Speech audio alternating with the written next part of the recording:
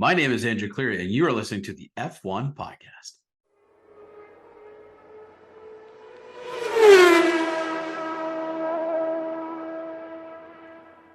What's up, everyone? It is Ricci here. Welcome back to the F1 Podcast. Today is July 25th, 2023, and we are recording Season 3, Episode 20. I'm here with my co-host, Andrew Cleary. Andrew, always good to see you. How are you doing, buddy? Always great seeing you, John, and I'm doing well. Hope you're doing well, too. It's been a nice couple days today, since the weekend. No more rain, which is kind of nice. I know you're not in Toronto, but yesterday we had like a 5-minute rainstorm, and then all of a sudden it just became clear. So we have a little bit of rain, but not a lot.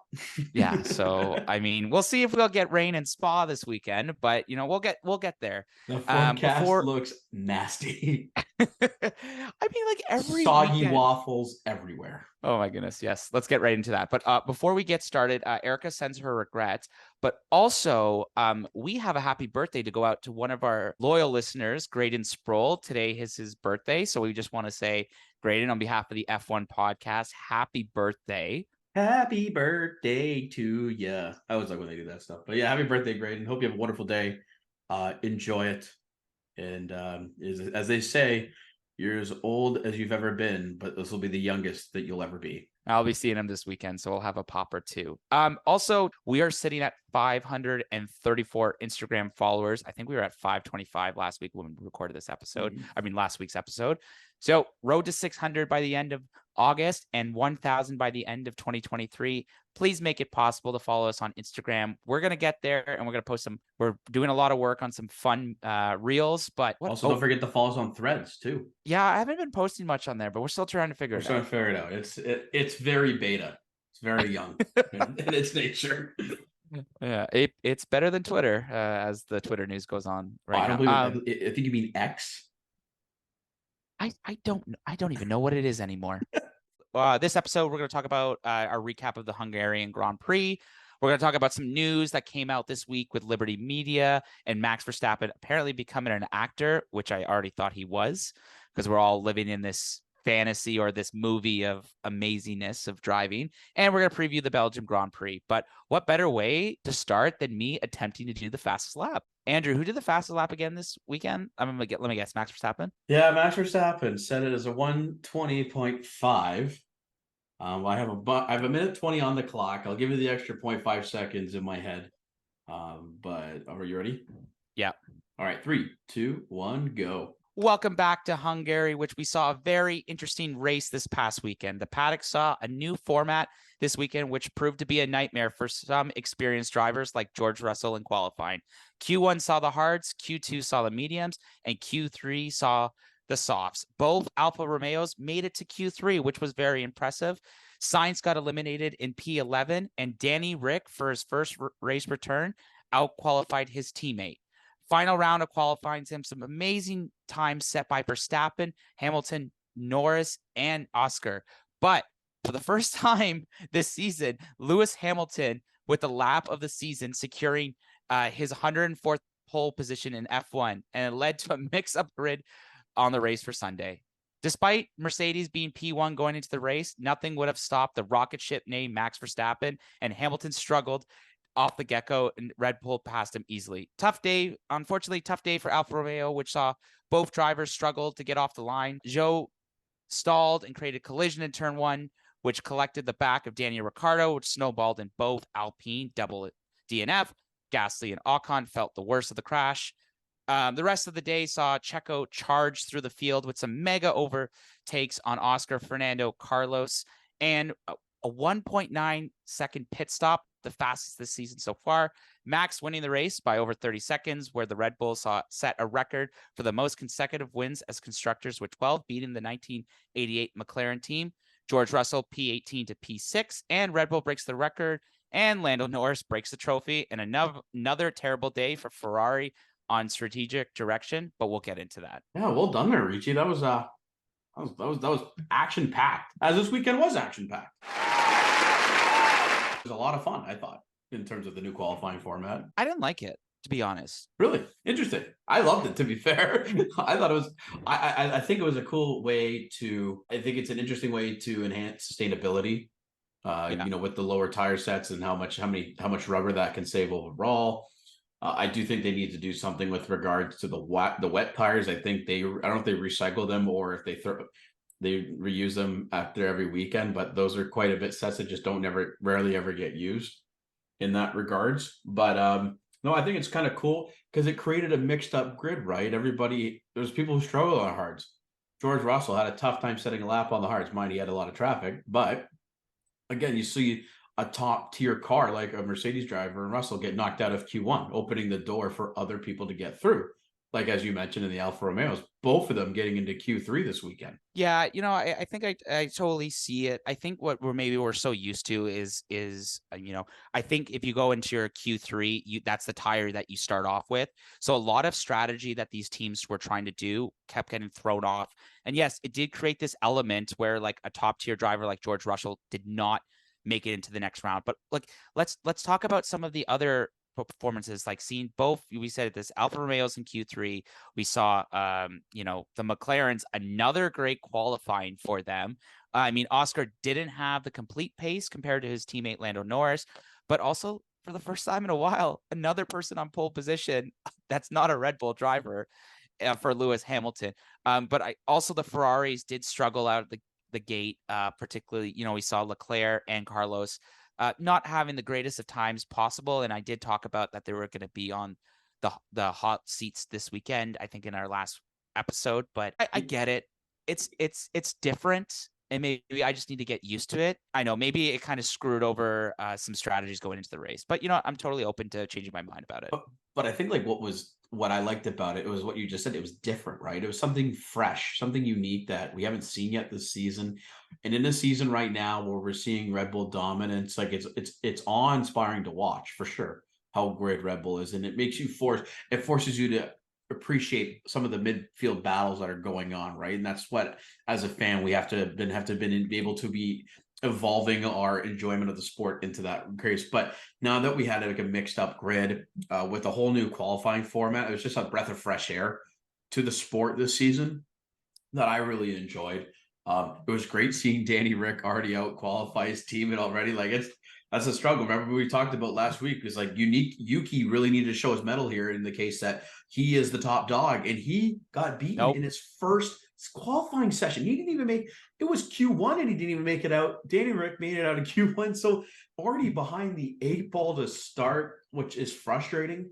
But Ricci, as you mentioned, McLaren looking rapid in Hungary on a circuit that had slow corners. You're not having a lot of top speed getting hit, right? It's like very active in terms of aero in the chassis. If they were fast this weekend, you and I need to be very worried because they could leapfrog both Aston Martin and Ferrari in the standings if they keep this pace up. Yeah, it's been really impressive to see what McLaren has been able to achieve the last couple of races. I'm curious to hear what fans think of the new qualifying format. We'll post the comments in our YouTube page and also on Instagram, and I'll definitely put up I think a question or yes or no if you like the new qualifying in our Spotify. I just realized that you can do questions. I don't know if anyone's answering them, but we appreciate the responses. That's definitely a good point, and especially with Ferrari's struggles on strategy. We saw that this weekend, and boy, I can tell you, where is the culture left in Ferrari right now? There is just so much going on. Carlos started off like faster than Leclerc, but Leclerc was not willing to give up the position, and it was just bickering on the chats between each other. And then at one point, Leclerc make the swap. Like it's not rocket science. Science has got the softer tire. He's faster. Swap the cars because you're going to affect both of them in the race. What mind boggled me is that even later on in the race, some of the, they're arguing about strategy, and Leclerc literally like just gave it to his engineers saying that we're still discussing it. And I'm like, isn't that what like you discussed before a race or post qualifying or whatever? And just not look at the last couple of races. And mind you, just talk about bad luck at Maranello or just both the drivers is, Leclerc got a 5-second penalty for speeding into the pit lane, but then a 9.4 stop pit stop. I think these guys are ready for the summer break, and I think Fred Vasseur needs to leave. Well, you could see the frustration clearly on Charles's face and Carlos's face anytime they do a post-race interview nowadays. You're just waiting for them to, I don't know, explode. It's really frustrating to watch. Like I'm not a Ferrari fan, right? Aston Martin fan, but it's still like the history that this team has. It's so frustrating to watch them continually just bottle it every week. I can't believe it's like, how does Chavi have a job still? One of the worst engineers, I think, in all of the grid. Like, the guy just keeps asking so many questions. There's no concrete resolution or a result that comes out of these discussions. A lot of questions, like, as a job, as a engineer, like, listen to how Max and GP talk. Very direct, very straightforward. They're very quick questions, but mainly just feedback, and then they kind of like go through it from there. You have to just shake your head every time you watch if you're a fan of the red. Well, I think that's annoying. That's annoying for my part because I think this weekend we did see a lot more radio, or I felt like there was a lot more radio conversations, and just seeing the comparison between how they were talking to Max Verstappen and then how the Ferrari drivers were talking to their engineers is just a complete 360. But I guess let's it's not the Ferrari show. Let's talk about some of the other drivers on the grid. Rough weekend for Alpine. I think they were so ready to get out of that, get out of Hungary after both their drivers DNFing on the first lap. There was Alpine put out a tweet that was like, at the start of the race, was like, all five rights are out, boys are ready to go, and they didn't even last one turn. Not even last one turn, because Alfa Romeo, speaking of tale of two halves, incredible Saturday, shocking Sunday. They, both were very slow to get off the line, as you mentioned. Joe pretty much stalled in his pit, in his box, which he saw everybody like pretty much overtake him to, starting in P5, he ended up being down to like P15 right out of the gate.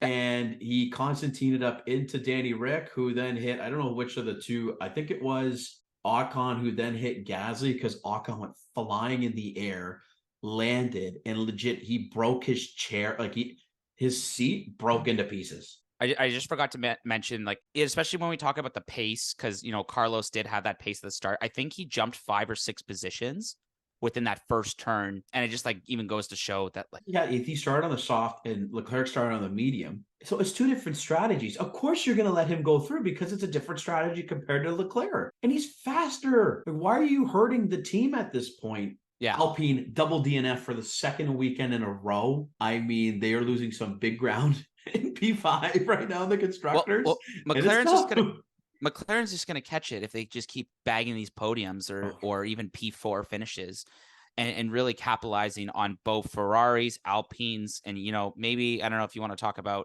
what happened with Aston Martin this weekend, but this is what makes this probably the second half of the season is going to make it more interesting. And we've said this repeatedly, that like the fight is going to be for that P2 in the constructors. And it's just like, it's going to show that maybe McLaren might be that team now based on their upgrades. I don't think we can count out Mercedes, though. I think they do have, despite Lewis Hamilton saying that they don't have pace in the car on race day, Russell was able to take out from his P18 start to go to P6 and get some good points for the team.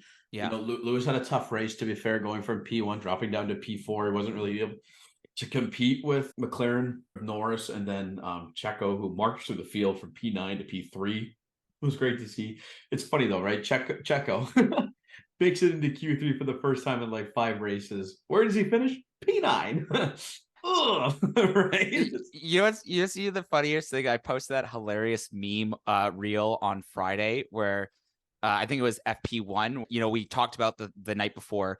Checo, all you got to do is, show that you've proven that you need to keep that seat in Daniel Ricciardo. What does he do? He goes right into he crashes and causes a flag. Honestly, this was more of a redemption ride for him, and it was good to see him on the podium because I think he really needed that just to make sure that he felt very good and just like to live another day. Because I don't know if you saw this, Andrew.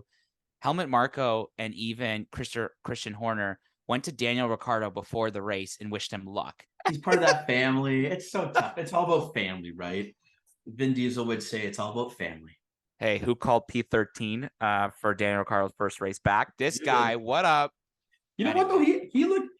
He looked pretty good there this weekend in that AlphaTauri, all things considered, getting into Q2.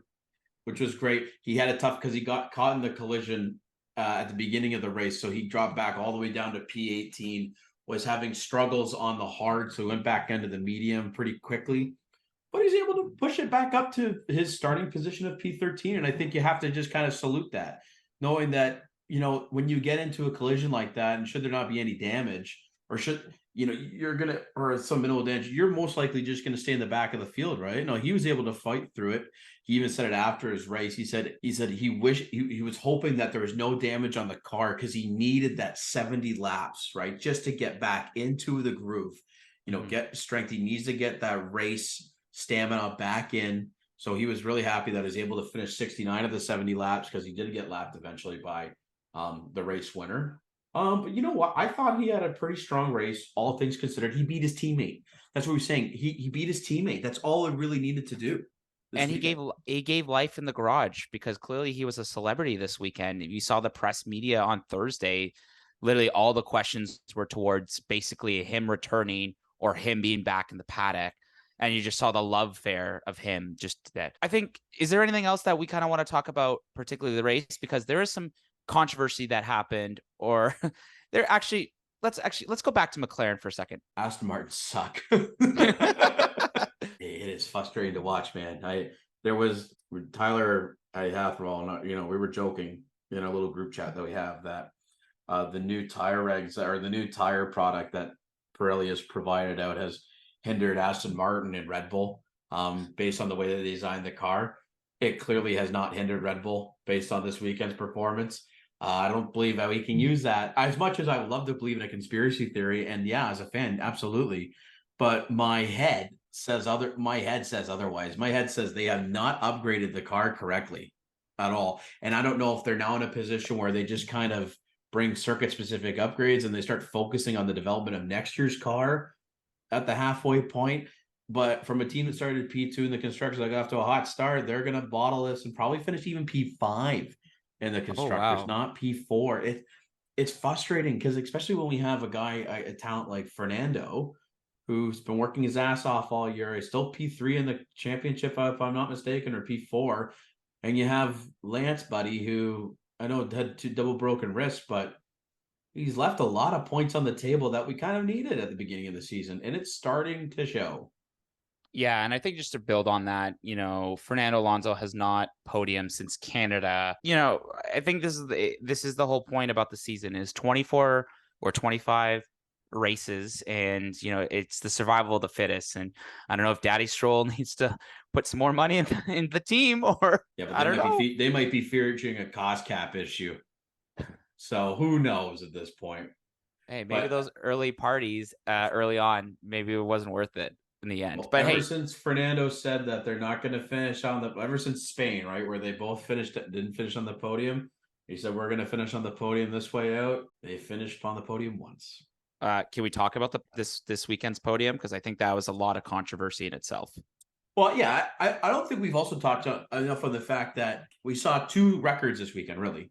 One, Lewis continued to set his record based on the number of pole positions in F1 with 104, which is any more than any of the people on the grid combined. Everybody else in the grid combined is 102 pole positions. He's got 104. Incredible stuff. On Sunday, Max has an incredible drive, finishes like 30 plus seconds ahead of Lando Norris in P2, and he now sets the record for Red Bull for most constructor victories with 12, surpassing the 1988 McLaren team. I believe Senna and Prost at 11. Wow. Like, those are some names, right?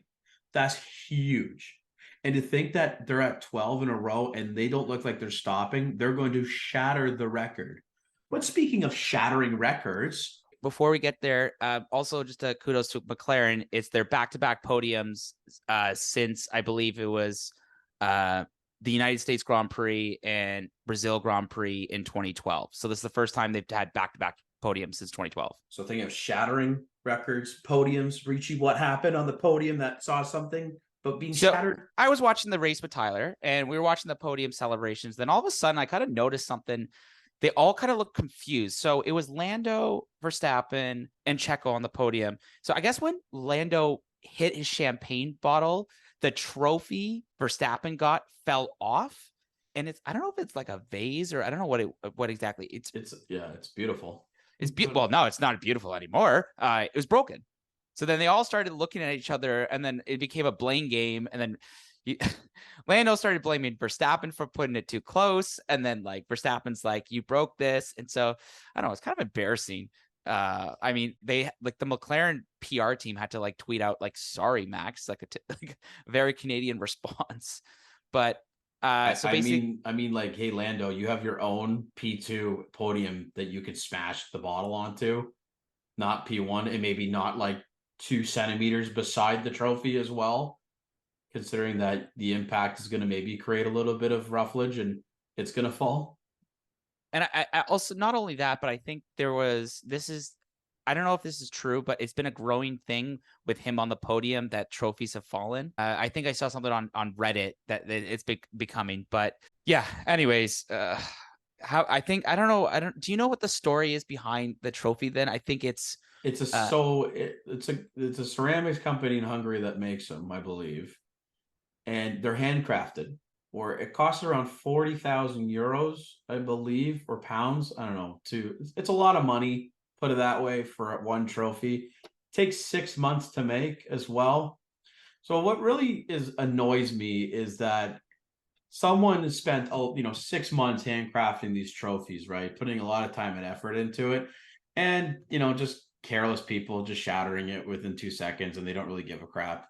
And they're like, "Oh, you can get another one." and I'm worried because maybe some people are gonna disagree with us, but I'm worried because I think we're starting to see, Lando is still young, he's still, new to the sport, he's still growing, and yes, we want him to succeed and whatever, but even some of the comments that we're seeing in the race, particularly, he was complaining that people were that a lot of the cars in the back of the grid were not moving for him as he was moving up. And he made the comment, he's like, what are these guys even racing for? In fairness, though, Yuki did see, I think, 17 blue Do a flag barrel markers, roll. and 3 times his engineer came on to tell him to get the frick out of the way.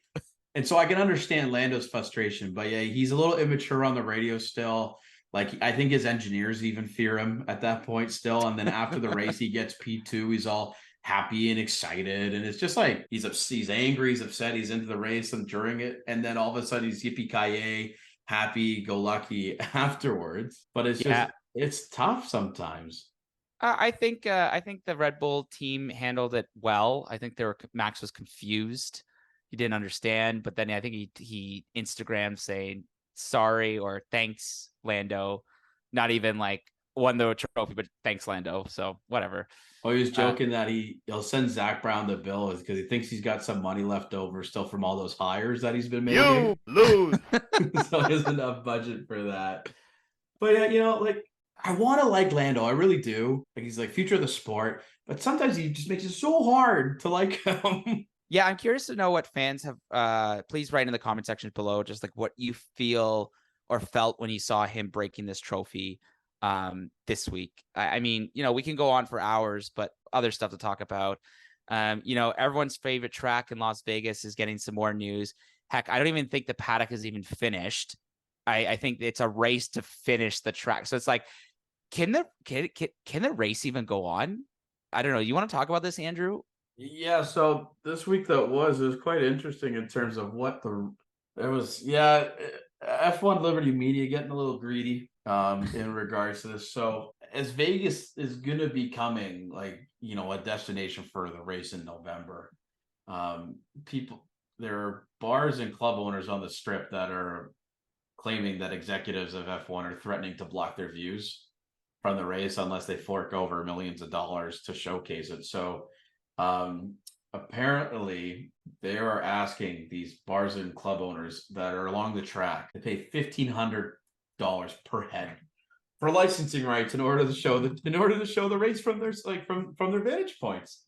And if for a club or restaurant that has like 1,500 seats, you're talking like $2.25 million just to be able to open your doors and showcase the race that's outside, for to catch the view from, say, roof decks, terraces, dining areas. And apparently they've been warned that if they don't pay this money, obstructions like barricades, stands, and light stanchions will be put in front of their operations. in order to ruin the race for their customers. I just think that's just so freaking petty from Liberty Media, who's already making a ton of money off of this already. You know what? You know what I gotta say? Focus on finishing the paddock and the track and everything before you start having these other bickerings, because this is gonna boil over to them not completing it. I just kind of already see this happening.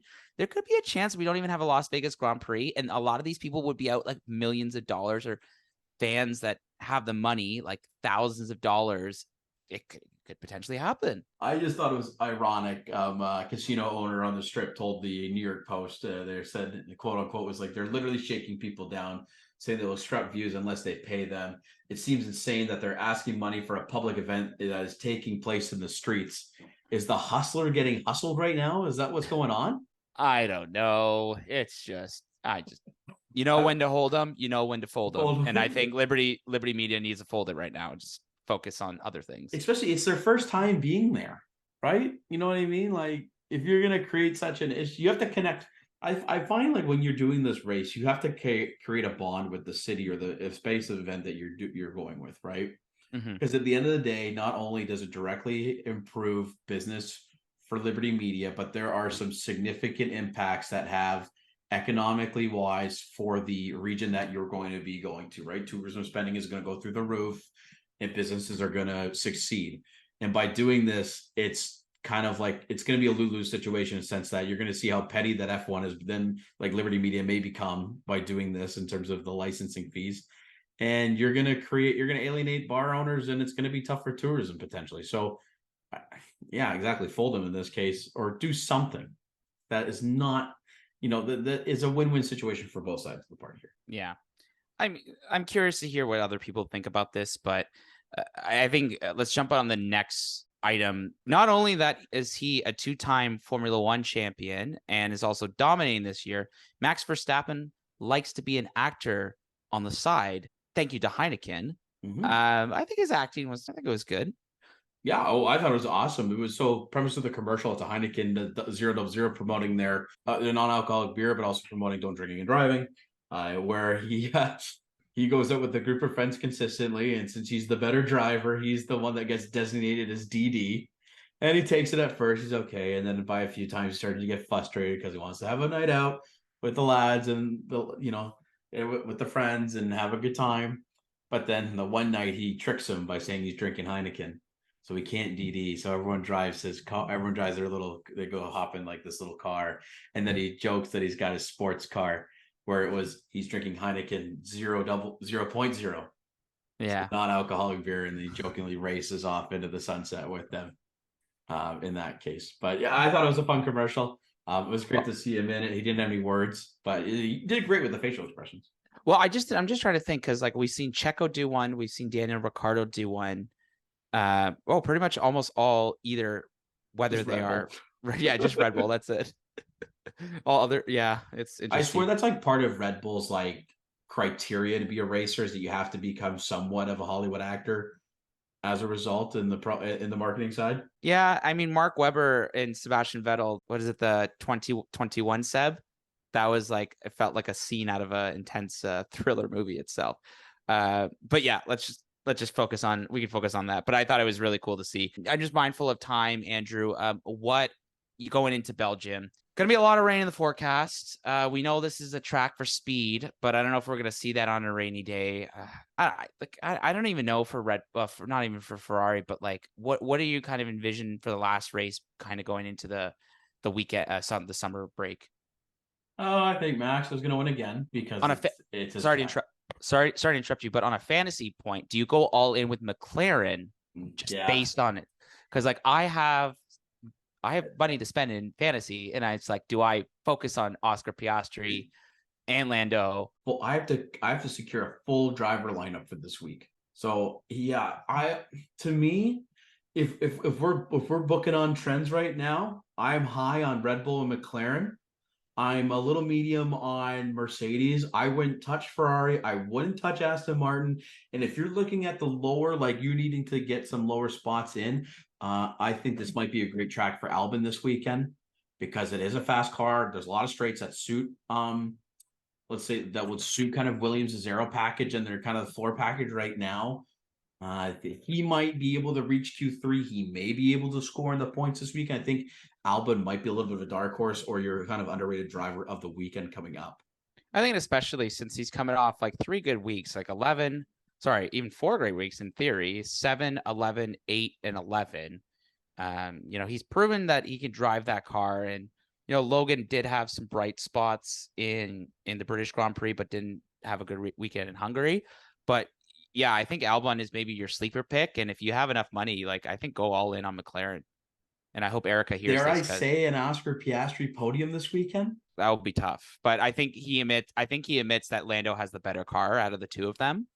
But you never know. It is Spa. It's Spa. It's a fun track. I personally love this track. I think it's such a very cool lap in terms of how it's in the mountains, how you go up, and then for majority of you going down through and meandering through the mountains, a lot of fast corners. It's just a beautiful track, and I think it's gonna be a lot of fun this weekend coming up. Yeah, no, and I think especially maybe we'll sit down next week and figure out where we go from Spa there. Where we go from Spa, my apologies, but that will be the Belgium Grand Prix. I think we're really excited. I think it's going to be a fun weekend. We'll just see what happens, and I'm just curious to see how the drivers, and if it does really show that if it's a lot of rain in the forecast, how are people going to compete with this track? No, I think it's going to be again. It depends on if it's going to be wet or dry. I think the race result winner is going to be the same in terms of being Max Verstappen.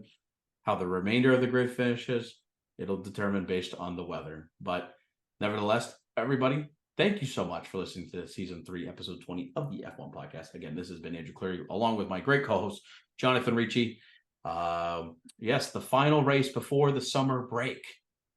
So tune in to the Belgian GP this weekend, where the waffles will either be soggy with chocolate sauce or rain. We'll see. Take care, everybody. Remember, don't forget to follow us on YouTube, Instagram, Spotify, Apple Podcasts, and Threads. Just enjoy the week, and we'll see everybody next weekend for our review of the Belgian GP.